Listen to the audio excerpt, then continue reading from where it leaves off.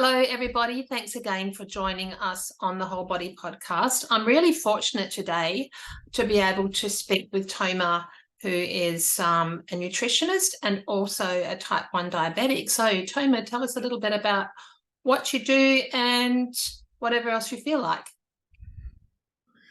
Yeah, so basically what I do is what led me to everything. It's my story that I already said in previous podcasts, that basically I was unbalanced for many, many years with my type 1 diabetes. Today I'm 32, but I got it at the age of 11. And I had a long, long journey with that condition. I don't like to call it a disease because autoimmune diseases, as they say, I prefer to call them conditions. I think the body and the science, we can dive to it is not always really good at defining these conditions. But anyway, I was dealing with that for many years, for 15 years, and I got to a point that I was completely unbalanced, and I just realized on a really one of the lowest points of my life in diabetes ketoacidosis, which is a DKA in the scientific term, that actually I have two paths that I can walk in right now. It was like my life divided for two. So one is to take control over this condition, disease, however you want to call it. And the other is to keep on, as they always told me, just eat whatever you want, do whatever you want. Just don't forget to press on the insulin pump on that. And that is the devastating, and that is the approach that actually led me to everything that I experienced in the diabetes ketoacidosis. And when I realized that, I just saw that blood glucose, it sounds like a really minor value maybe in the blood tests, but I know today that it affects everything I do. It affects my mood, my also my mental level, like my mental, everything that I feel, actually my thoughts, and the clarity of mind, if I'm tired, if I'm happy, if I'm efficient in what I do or not. And so everything that I do. And then it led me to many other things like low carbohydrate diet, and I decided to make it a profession and to help others in the same path. Good job. So what did you study at a university, or what was your nutritional background? Because I have a Bachelor of Nutrition. What did you end up doing? Because there's many pathways. Yeah, true. In my country, you have the path of like the clinical part of it. So it's a Bachelor of Science in Nutrition, and that takes 3 years. And then you make another 6 months of you practice in a hospital or in a general clinic with the public. And it's a clinical profession. Then you can work alongside the medical doctors in whatever field you choose. Great. And how long ago did you do that, Toma? I finished with that not long ago, in the past year, but I am a personal trainer. I've been for the past almost 15 years. Yeah, and actually when this field of fitness and everything, I didn't know that, I never could imagine that it will lead me so deep to actually help people from the root of their problems. But in the beginning, I was a personal trainer. I believed in a workout in order to feel good, to lose weight, maybe to feel better. But I never got so deep to nutrition until the moment of the diabetes ketoacidosis, which really gave me like a punch in the face and changed my life course. So can I ask, what does that feel like for you as a type 1 diabetic when you're in the ketoacidosis? What does that feel like? Yeah, actually it feels, you feel like your body is in danger, basically, and it's everything. Like your muscles are weak, and one of the strongest symptoms, it's actually that you smell like acetone from the mouth. Yes. Yeah, so that's the strongest indicator of diabetes ketoacidosis. And what happens in the blood at this moment, that ketones are being produced in a toxic level. It's nothing that you probably know and your viewers and listeners know, that ketogenic diet. So it's a completely different mechanism in the body, and also the amount of ketones are much higher. It's a whole other level of ketones in the blood. So is it true then that it's not only high ketones, it's high blood sugar at the same time? It's true that high blood glucose, it's in most cases that what leads to that, but you have today what we call euglycemic diabetes ketoacidosis, which that can happen from if you get dehydrated or other conditions. So it can happen also when you euglycemic, when the blood glucose is normal, but it's mostly when Yes. the blood glucose is high. That's what happened to me. I got really high. And how do they fix that for you? What happens when you go to hospital? What's the treatment for you? It's basically any treatment for also a person that will get alcohol toxicity. You just give him a lot of liquids, and with the type 1 diabetes, you also get, of course, the insulin straight to the vein, so that immediately that calm down my entire body, because when you don't have insulin, your cells are starving, and I felt it really. I Yes. felt that I was like on the verge of a coma. I really felt it in my head that Oh. it's like I was close to there, and yeah, and it's a life-threatening complication. And the funny thing is that it's really easy to avoid it if you just do low carb diet and you really balance yourself. But that's a thing that I knew only retrospective, looking Yes. at it from the future, because before that I've been told from the doctors, just eat whatever you want, don't worry. And actually it's funny that I was also never introduced to this condition, and no one told me, okay, if you will have a smell of acetone from your breath, or you will do this, that. No one told me these instructions. I had to walk alone. Because I know sometimes when people are on a keto diet, they test their breath for the acetone. That's what all those breathing apparatuses, you can buy different testers, ketone testers. But obviously, I am suspecting that for someone that's breathing out acetone in a ketoacidosis state or a diabetic acidosis state, they are breathing higher levels. Is that correct? Yeah, it's high levels, and we have to understand that you can also get to that condition without diabetes, but you will have to put yourself in a serious mode of starvation. That's what Uh, happens. And the body desperately wants to get energy from different sources, and it produces ketones, and then there is no any regulation on that mechanism. It's going. It doesn't stop, just keeps going.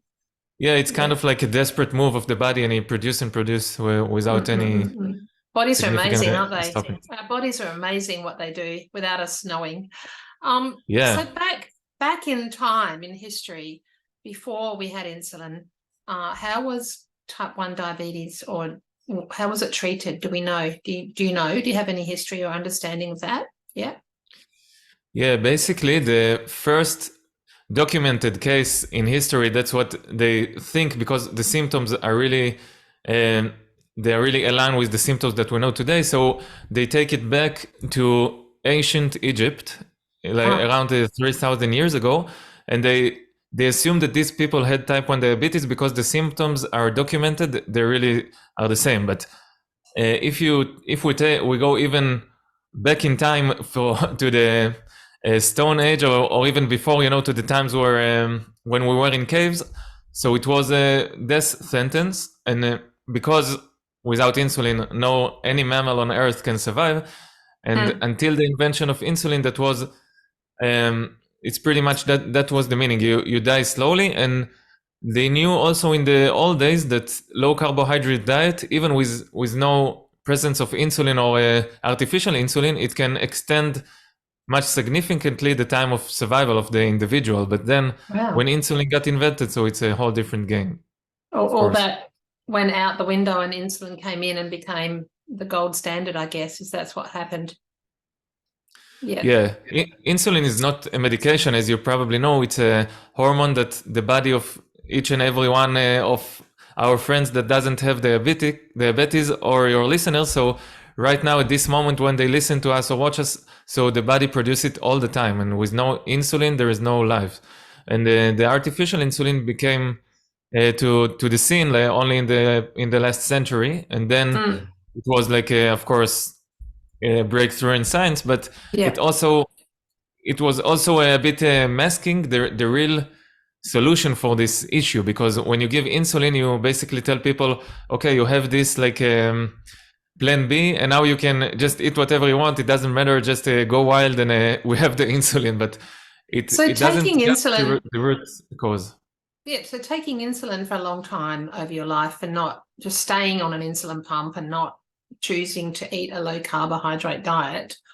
Obviously, I suspect from what I've read and what I've understood, the more carbohydrates you eat, the more insulin you have to ingest or have in that pump going through. So what does that do to the human body? Those, because obviously they're abnormal levels. They're not, someone who's not diabetic wouldn't have those levels of insulin in their bodies. What does it do to them? So what does it do to our bodies when we're in high insulin levels?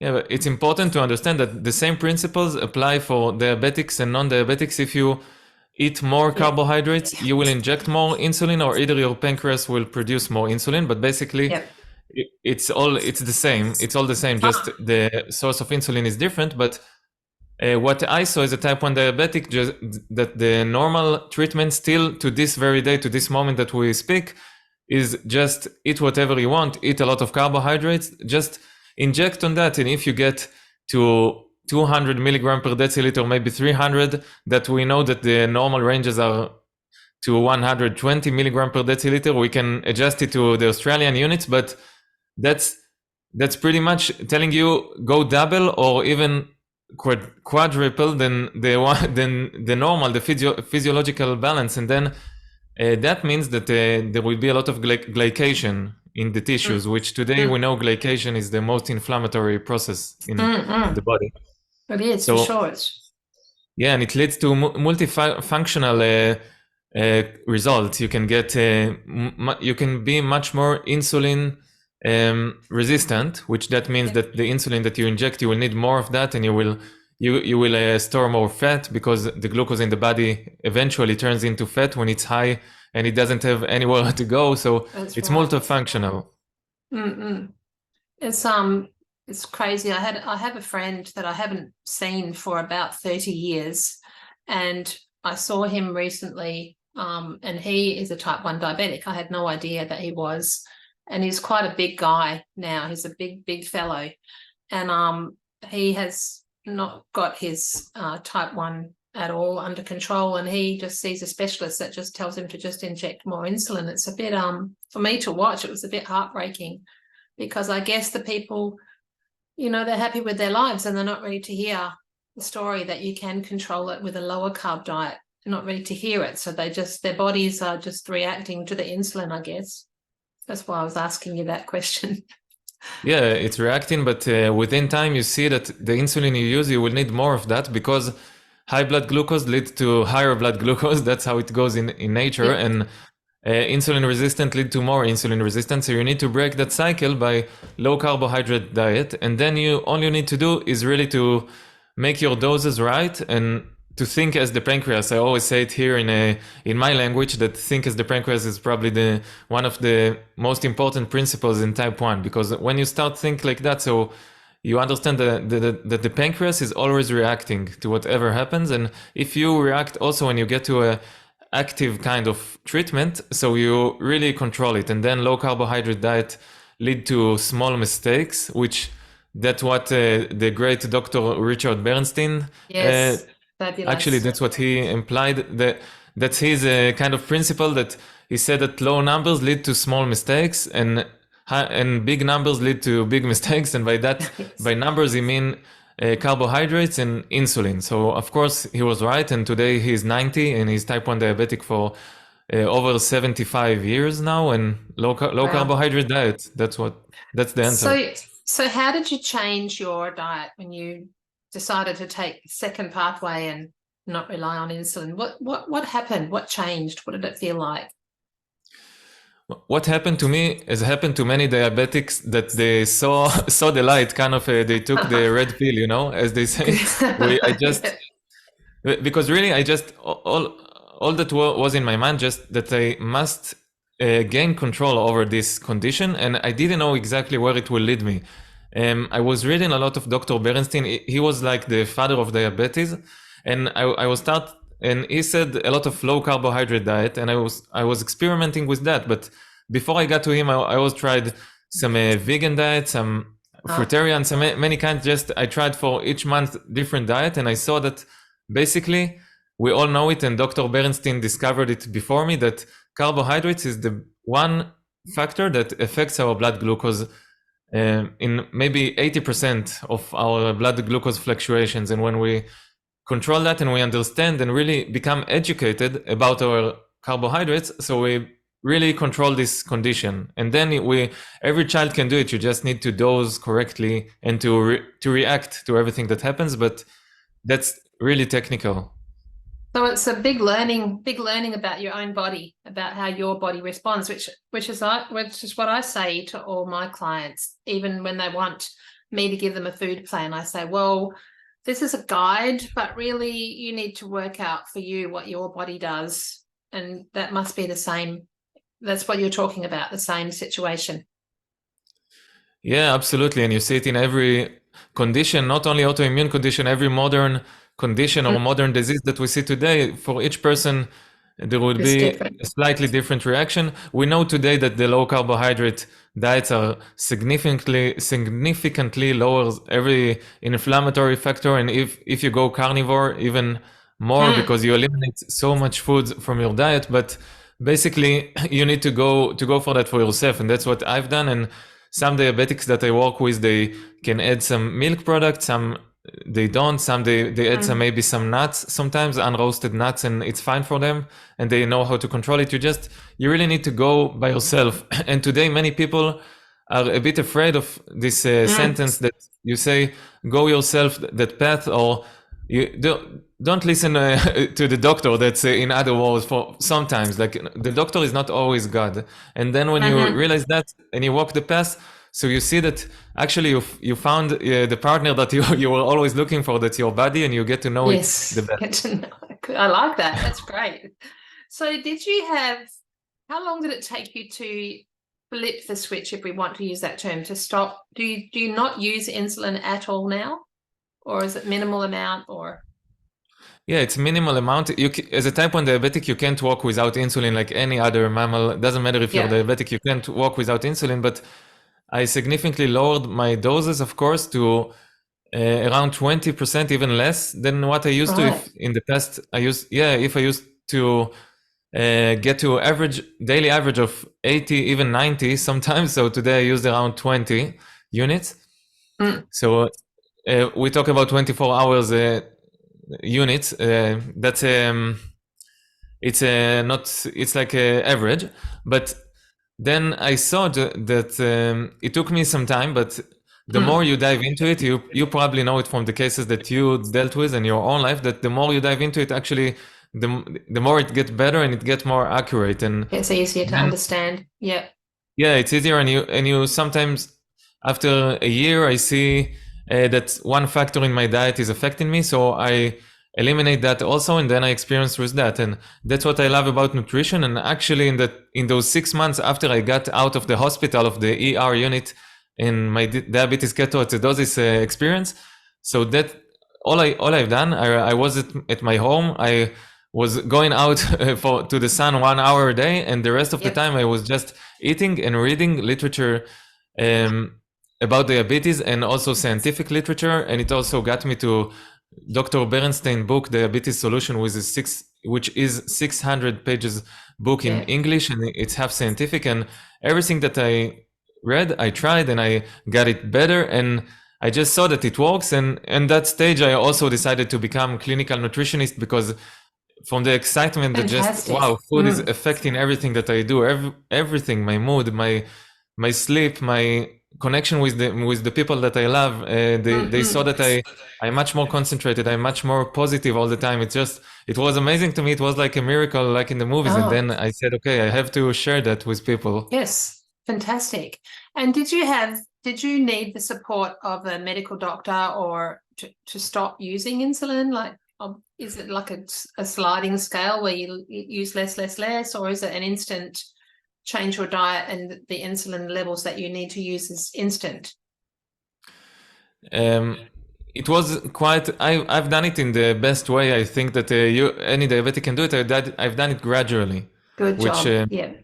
yeah, in diabetes, and I think any condition gradually is key, Yeah. because Yeah. you don't want one day you eat I don't know, McDonald's and desserts and ice creams, and the next day you go 0 gram carbs. That would be really devastating for your body, and you will see a lot of hypoglycemias and a lot of other effects, and it will be bad, and you will get back to the diet because you will blame that, but you need to Yeah. do it Yeah. really Yeah. gradually. That's true. So that was really important to do it gradually, and I was fortunate to have a doctor that really support low Good. carbohydrate diet for diabetics. Is a famous endocrinologist in my country, so that was a Fantastic. good part for me. But I work also with many diabetics that they go to this path on their own, and eventually it's a very daily condition, diabetes, Yeah. type 1 diabetes Yeah. especially, and Yeah. you can't really rely on one visit for the doctor at the doctor office for every 3 months. It's impossible. And what about during when you're sleeping? Like, do you need to, like, some people have an insulin pump at night that wakes them up or gives them an alarm that tells them they need to have more insulin? What about, how does the low carb diet affect that time? Sleeping is one of the biggest challenges for diabetics. It always have been like that.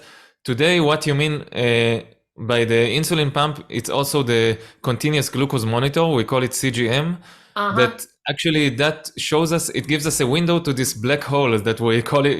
It was always Wow. like a black holes the night for diabetics. If you were fortunate to have a family member or a mother or a father that will test your blood glucose once a night, so that had been great. But today, with the CGM, with the continuous glucose monitors, we see all the graph and every trend during the night. So that's huge. But when I eliminated carbohydrate and I stopped eating 4 or 5 hours prior going to sleep, so actually I saw that the night gets very predictable. And if I have to make a correction, so it's maybe like 10-15 milligram per deciliter, it means 1 unit in the Australian units, and it's really easy to adjust it. It's very, as Dr. Bernstein said, the low numbers rule.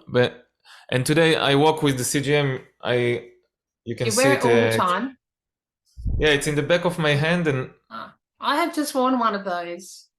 I have just had one of those as a little bit of an experiment for myself to see what blood sugar does for me so that I can keep a track of it. It's what I found interesting is even when I'm driving in traffic, if I'm stressed, that blood sugar will, for me, goes up. Not, I'm not a type 1 diabetic or a type 2, but just as a normal person, if that's the word we want to use, or a non-diabetic person, I was amazed at how much stress raises that blood sugar. Yeah, it does. How much does it raise you? You remember? Not a lot. Like, say I guess for me, maybe from 4.9 to 5.3 or something. It just jumps up and then it comes back down quickly. So that's Australian numbers. Yeah. So not real big swings, but still enough. But still you can it's significant enough. But we see it as diabetes. We know it. Diabetics, we know it for many years that also any really mental or stress incident immediately affects the blood glucose, and people that speak in front of audience and get to this fight or flight mode, they see it in the second that it happens. There is a serious spike in the blood glucose, and that, of course, and the CGM allows us to see it. I should have checked that because I spoke at a conference a few months ago and I couldn't get my words out. My heart was pumping and racing, and I bet you my blood sugar was up high. But I guess that brings me to the point of, because I'm amazed at how the world has changed, like our body composition has changed since the 80s. We know that was when all the processed food began in our country to be introduced into our food pyramid. So, of course, that means our body shapes have changed and we've all got a bit thicker around the middle. And I wonder how, in your country, how GPs measure that. What is the blood glucose level where they say, oh, you need to watch your glucose levels, or give them a warning, or advise people to drop the carbs in their diet? Because I don't think that's happening very much in Australia. think they're able to get up to around about 6 or 6.5, which for me feels high. That sounds high. Yeah, it is high. It's well, at my units, the metric units here, it's the milligram per deciliter. So you have to multiply in 18 the Australian units in order to get it. So it's here it's 120, which is similar to what you told me. 100 and over 120, so you get already the pre-diabetic. The pre-diabetic basically definition. 6.6, that would be. Yeah, that's high. And of course, they change it all the time, because it used to be a bit higher, and then they wanted to reduce it in order to. Some will say in order to use metformin more, and some would say in order to prevent. But they always change it. But basically, the situation here that the doctor will only call you when it's already too late. Yeah, because basically, all that time that it's been elevated, things are happening in your body, like blood pressure is up and heart problems, and your waist gets thicker, your brain fog comes, as you've already expressed. All those things are happening, and I think because it happens so gradually, up to about 10 years, it can start beginning to happen before there's an actual diagnosis. You think that's just normal for you. People just think that's just the way they are. They don't understand that there can be a difference. Yeah, and people can walk around for decades in the gray area of between diabetic and non-diabetic. And if you ask people like Dr. Bernstein, he will tell you that any A1C above 5, which is really low, it's beginning to show complications. But if you take, for example, even my family members, so some of them, they walk around for decades with A1C of 5.9, and the doctors don't say anything because it's right before 6, but 6 is already diabetic. 6, it means that your pancreas is maybe half and less working. Half of the pancreas is working. It's working. 6 is pretty serious. It's hard work. And I guess if you can, the sooner you can find out whether you're a type 2 diabetic, the better it is for your body, because you can make the changes gradually and not suddenly. You can actually manipulate your own healing pathway that way.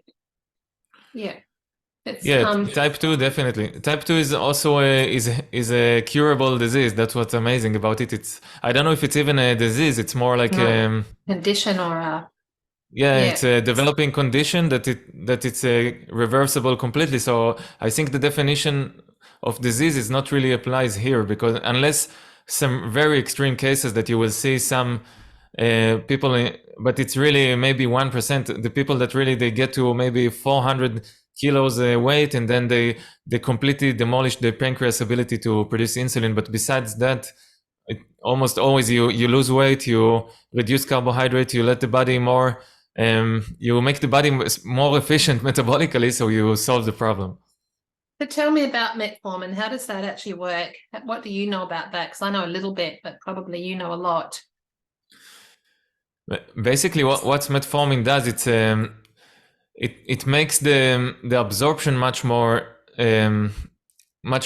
rapid, and by that it's also it doesn't work really to heal the pancreas. It's more like a Band-Aid. It can lead to a burnout of the cells from other mechanism, but it's not really as insulin. It's more like it's another way, like a detour to make the absorption better, and to stimulate the pancreas. But it's a slippery slope, because then you can really make the pancreas actually exert much faster. And if your pancreas had 20 years, so it can get the beta cells much faster to exertion actually.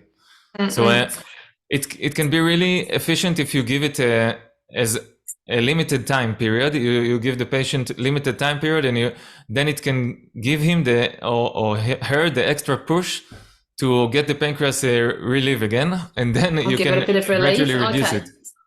But some people, they stay on metformin for many years, and that's that leads to its own complication, like any pill. Yeah, it's just another pill to take to band-aid the problem, isn't it? Yeah, So absolutely. So you're a nutritionist in Israel. Do you have a clinic, or do you have people popping in? Is it just a type 1 diabetic situation, or do you treat all sorts of different conditions or states of the body?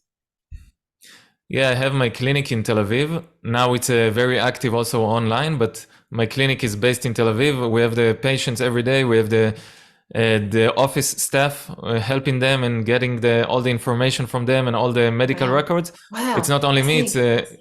It's many patients and it's many diabetics. And in Israel, you have type 2s quite a lot, and type 1s were actually the rarest ones. But yeah, it's mostly my expertise is blood glucose and diabetes, but I treat also a lot of autoimmune conditions. Recently we got really specialized in thyroid problems because of the connection to diabetes. So what is that connection? That's what I was leading to ask you. What is that connection? At type 2 diabetics, many times we see also an exertion of the thyroid gland as a part of the endocrine system. Of course, it also gets affected, but in type 1 diabetes, actually there is a straight connection because they both autoimmune, especially the Hashimoto's thyroiditis. Oh, right. Okay. Interesting. Because how many people are walking around with that? A lot of women that I know have got that condition. A lot, yeah. And they call it in science, not a lot of medical doctors talk about it, but it's one of those subjects, that the science already way ahead in that, but doctors, they don't really talk about it, that they're actually twin diseases. So a lot of time type 1 diabetes will show with Hashimoto's or either Crohn's disease or celiac, and you can't always put the finger on what led to what. Sometimes maybe Hashimoto have been there before, and it's kind of also they don't really know publicly the reason for type 1 diabetes. So it's the same here. We don't really know what came first, but it shows a lot of time together. We call it paired autoimmune diseases or twin diseases. And you see many women, it's true that many women get affected, especially in the times of drastic hormonal change as the menopause or as, of course, pregnancy, that many women after pregnancy, they see their thyroid go way down. They do. It's tricky, isn't it? Because my son also had developed quite bad hemochromatosis. I don't know if you know much about that as well, but it was known as the bronze diabetes back in the day when it was first known about. And he's had a terrible time. He's good now. He's got his blood levels good now, but he's had a terrible time. So that's another kind of link to diabetes as well. Yeah, it's another autoimmune, the autoimmune conditions, but the autoimmune families. But he's on a low carb now, you mean? He's gotten better. Yes, he's gotten better. But he was amazing. My husband and I mostly eat. We're more carnivore than anything anymore. So he was worried about eating meat, because I've got double gene as well, about eating too much red meat, but it doesn't seem to make any difference to me. Seems to be fine. Yeah, it's interesting. Amazing. All these things, great. They're all tied together. They're all tied, yeah. And autoimmune, they say today that autoimmune is actually what the science doesn't know the reason for the eruption of the disease. So they put it in one box, like autoimmune diseases. But I think autoimmune, the autoimmune conditions actually they tell all of our story to where we came from and where we are today. That when you go against nature, the nature will fight back somehow. And basically when we get the more we get distant from nature, the more the autoimmune conditions, or however you want to call it, the body attacks itself, or doesn't matter, they will rise more and more.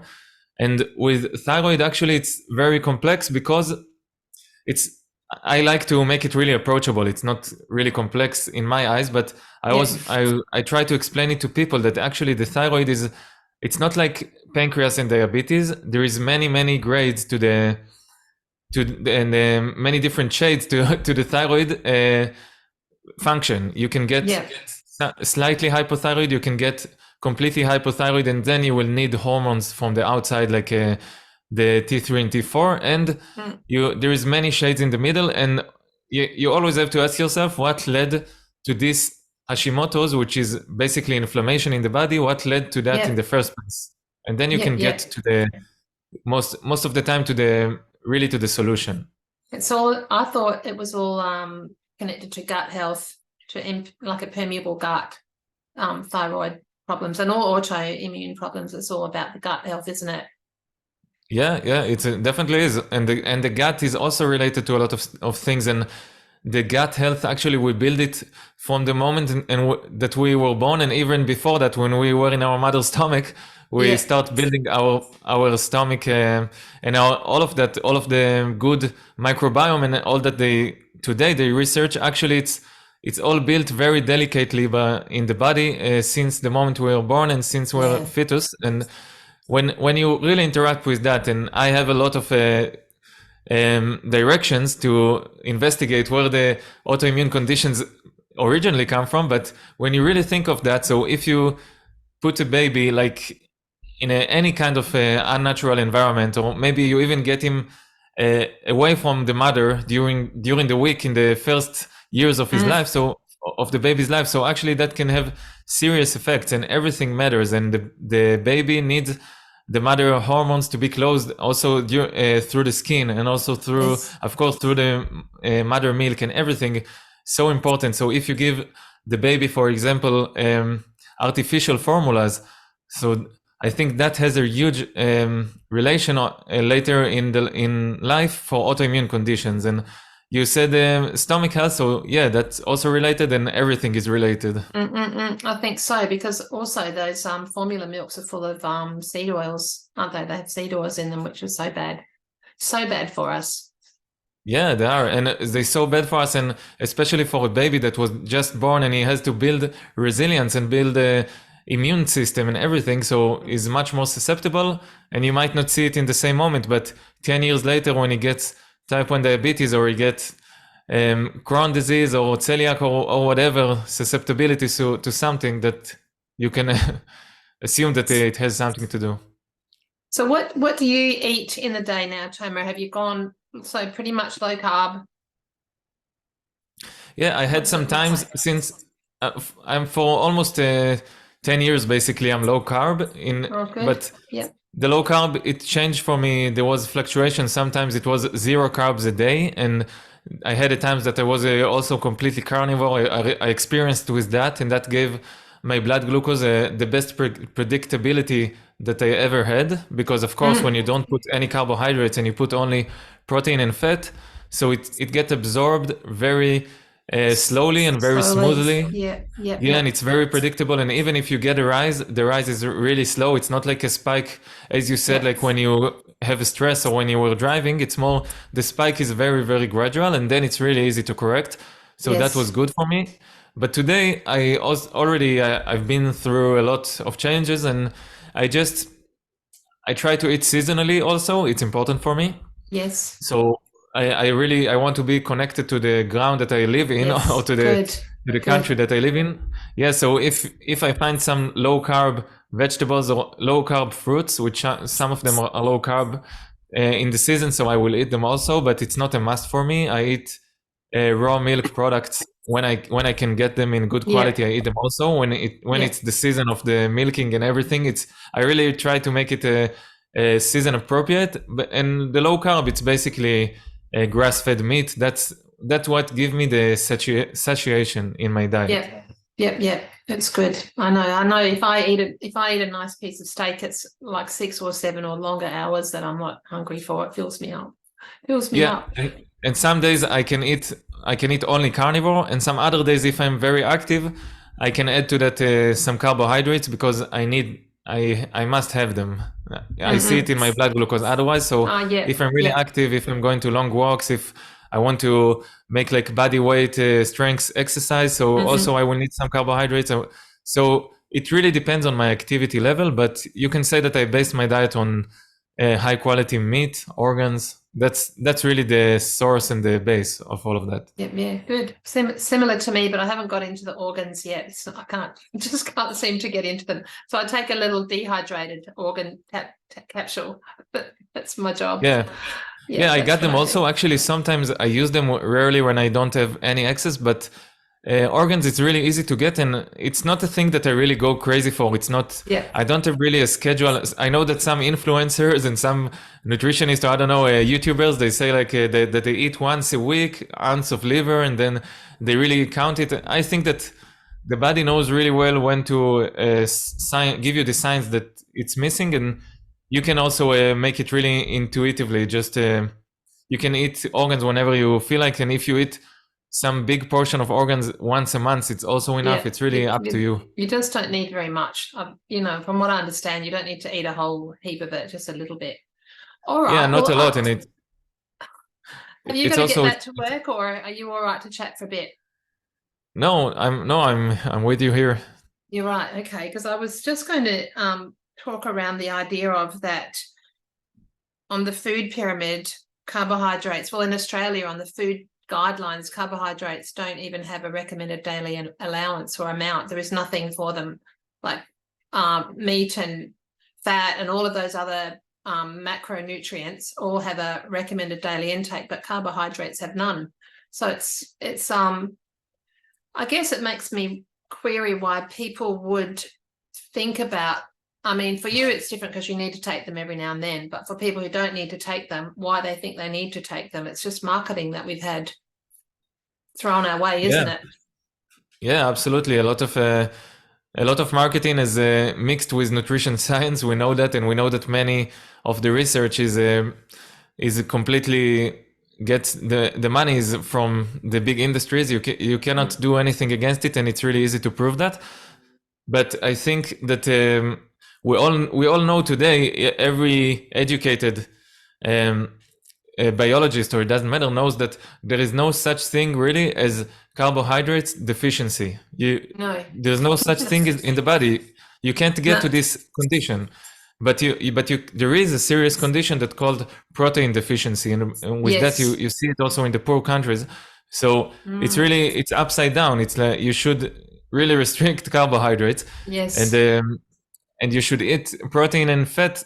There's no such a thing as like a fat overload or from nutrition, basically. And you also can't get to that because your body will just cannot absorb more. So it's upside down, the pyramid. And in Israel it's the same, and we used to have also restrictions. We still to this day, it's just they changed the amount, but the funny restriction about eggs, that they used to say once a day you can eat one egg, and then they said 1 to 3 eggs once a day.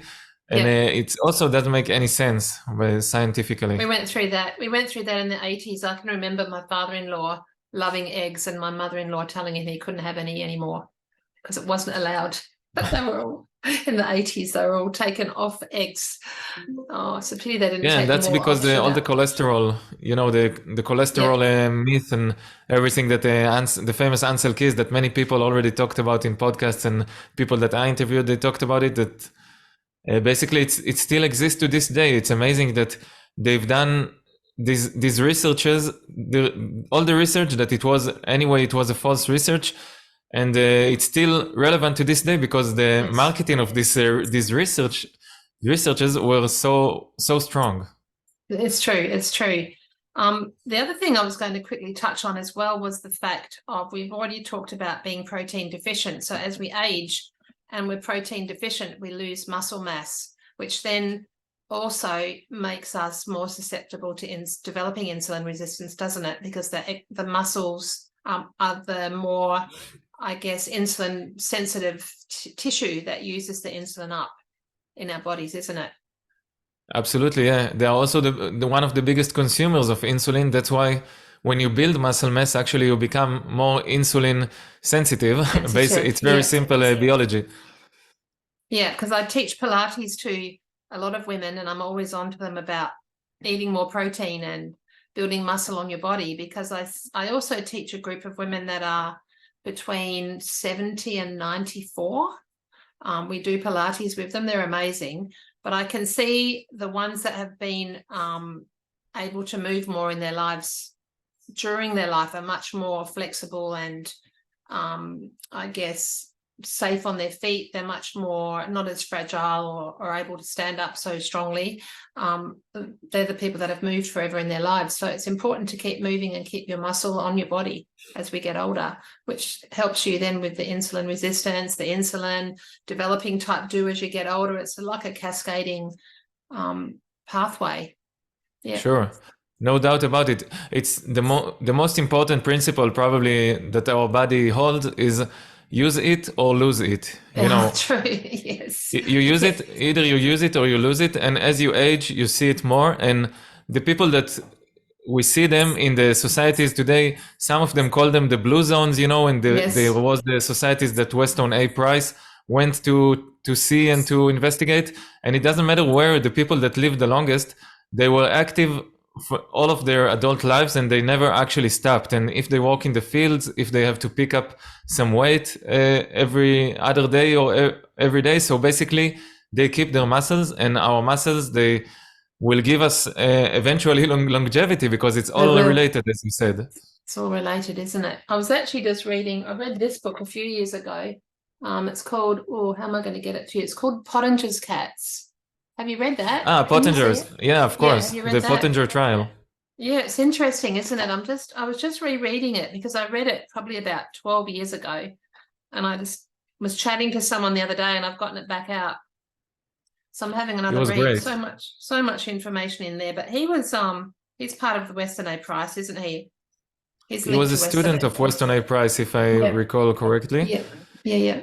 And and the trial was incredible. And actually, to be honest, I will expose it to you now that also my cat, I brought him to a low carb diet. Did you? Like when I changed my diet, just I was experiencing the same, and I saw amazing phenomena with my cat. He still lives to this day. He's 13 now, and a lot of things like his fur. You know, the fur got much smoother. Oh, okay. And many things, and he's much more satiated because he eats less meals. He looks more fit. Actually, it's amazing. You know, it's my own Pottinger trial. He has 6-pack. He fight other cats with no problem. It's interesting because I know a few of my friends have got their animals have developed type 2 diabetes now, and it's because they're feeding what's going in their bodies. It's the same as people. Really is the same as people.